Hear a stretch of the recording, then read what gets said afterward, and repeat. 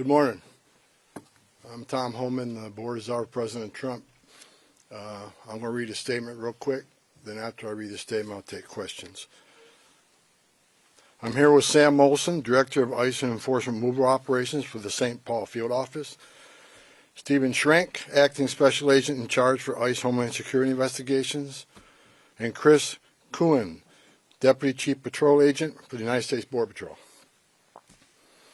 I'm very pleased to report that this surge operation and our work here with state and local officials to improve coordination and achieve mutual goals, as well as our efforts to address issues of concern here on the ground, have yielded the successful results we have came here for. The Twin Cities of Minnesota in general are and will continue to be much safer for the communities here because of what we have accomplished under President Trump's leadership. I previously shared with you before I got here. Before I even got here, I met with, I said I was going to meet with the governor, the AG, and the Mayor Fry, Mayor Herr, and I've done all of that. I've also met with various police chiefs and sheriffs. And one thing we all had in common was the importance of ensuring and maintaining public safety. Overall, we made a lot of progress through extensive engagement, meeting with them and other key stakeholders. And it is expected that those engagements and discussions will continue going forward in order to enhance exchange of information and more coordination. As a result of this surge operation, we have greatly reduced the number of targets for enforcement action. And many criminal aliens have been arrested and taken off the streets, including murderers, sex offenders, national security threats, gang members, and other violent criminals. Just this week, ICE arrested a criminal alien with criminal convictions for rape, acts with a child under 14 years of age with force, lewd and lascivious acts with a child under 14. ICE also arrested 2 criminal aliens with criminal sexual misconduct convictions, among other violent criminals. Through targeted enforcement operations based on reasonable suspicion and prioritizing safety and security, ICE will continue to identify, arrest, and remove illegal aliens that pose a risk to public safety, like we've done for years.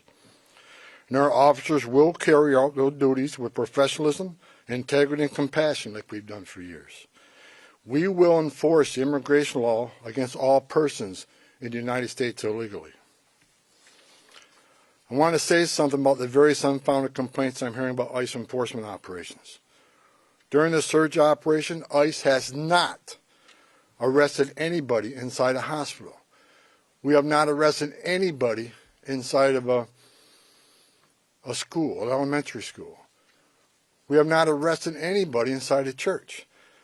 As a matter of fact, the only ones that disrespected the sanctuary of a church were the agitators that have been arrested and prosecuted, and so far we have 9 of them. However, those locations are not off the table. I said from day one, there's no sanctuary for a significant public safety threat or national security threat. But as far as those stories about ICE going into churches and arresting people in hospitals, it simply has not happened. And if you have a case where it happened, you let me know. Because all the digging I've done here, I can't find a single one. Under President Trump's direction, we have obtained an unprecedented level of coordination with law enforcement officials that is focused on promoting public safety across the entire state. While I don't agree with Governor Walz and Attorney General Ellis on everything, I appreciate the support the governor gives to state agencies who coordinate with us in a manner intended to promote public safety.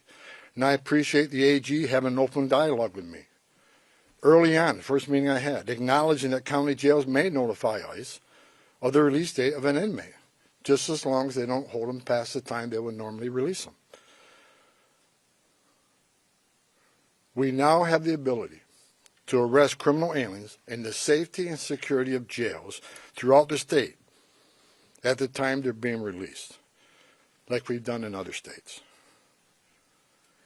I've also directed the strategic placement of officers in certain areas throughout the states that can respond quickly to sheriffs that want to release somebody and notify us we need to be nearby so they don't hold them unnecessarily. So we worked on a strategic plan to reassign officers in those key locations. Arresting a public safety threat and the safety and security of a jail is safer for the alien, it's safer for the officer, and safer for the community. I think we all can agree on that. It requires less resources for at-large operations. It just makes sense. I'll say it again, as I've said many times, we are not asking local law enforcement to act as immigration officers. I don't want them to be immigration officers. We're the immigration officers. We just want them to be cops. We're asking law enforcement to coordinate with other law enforcement to help keep public safety risks out of the communities. We have also strengthened our existing coordination with the state to target and take custody of criminal aliens more efficiently and effectively. As a result of our efforts here, Minnesota is now less of a sanctuary state for criminals. And we are proud of the public safety threats we have removed from the criminal aliens out of the state. As I said in my first press conference a couple weeks ago, President Trump didn't send me here because operations were being run and conducted perfectly. I came here to identify issues and implement solutions to improve our mission execution. Since that time, in order to improve target enforcement operation, I and my team here, we made personnel changes. We integrated BP with the ICE teams. We established a single unified chain of command structure. We strengthened joint intelligence and targeting capabilities. We deployed body cameras. We increased the footprint of internal affairs. We commuted zero tolerance for misconduct. President Trump also deployed me here to work with state and local officials to de-escalate the intense, volatile reactions and conflicts that have unfolded on the streets here between federal law enforcement and unlawful agitators. While working to course correct and improve how enforcement operations are being run and executed here, and even before I was sent up here, I've been saying over and over that forcibly assaulting, resisting, opposing, impeding, intimidating, or interfering with a federal law enforcement officer is a crime in violation of USC 111. It's not okay and will not be tolerated. Zero tolerance if you cross that line and put hands on a ICE officer. Not only is such activity unlawful, it is dangerous, and sadly we have seen tragic consequences, as well as adverse impacts on businesses and the communities here in the city. While the Trump administration supports everyone's First Amendment right to freedom of speech and assembly and to petition, it has to be done lawfully and peacefully. Because we will not tolerate unlawful actions committed by agitators who are just causing havoc. This is not the way to express your disagreement or try to reform federal laws. Go talk to your members of Congress if you want the laws changed in this country. Nor is doxing federal law enforcement personnel and their families. It's just not right. Enough is enough with this misguided, reckless, and shameful behavior. We don't want to see any more bloodshed. I don't want to see any more bloodshed. I pray every night for the safety of our law enforcement personnel and the safety of those in the community, whether you're here legally or illegally. I don't want to see anybody harmed. If you break the law, we're going to arrest you. We have already arrested more than 200 people for violations of USC 111. The U.S. Attorney's Office has already accepted many for prosecutions, and some are still pending. I have also received commitments from state and local law enforcement that they will respond if federal law enforcement is being impeded or assaulted. They will shut down unlawful agitator activity, including arresting agitators involved and seeing them follow through. And we're seeing them follow through on those commitments. We've seen this past weekend that the state and local law enforcement have taken action when it comes to public safety. And bless them for doing that. Since I have been here, I've repeatedly emphasized that the unlawful and violent agitator activity is unacceptable and must wind down as a condition for further drawdown of law enforcement personnel. I cannot remove law enforcement personnel while violence poses serious risk to our officers. I will not leave my officers in that position. It is worth knowing that in all my meetings and discussions since I got here, I've not heard one federal, state, local law enforcement, or judicial official nor any member of the business or faith communities that I met with say that ICE is an illegitimate agency that doesn't have a real mission. Quite the opposite. All I've heard is the acknowledgement that federal immigration laws passed by Congress do exist, and ICE has a legitimate responsibility to enforce those laws. ICE is a legitimate federal law enforcement agency. We're not out scouring the streets to disappear people or deny people their civil rights or due process.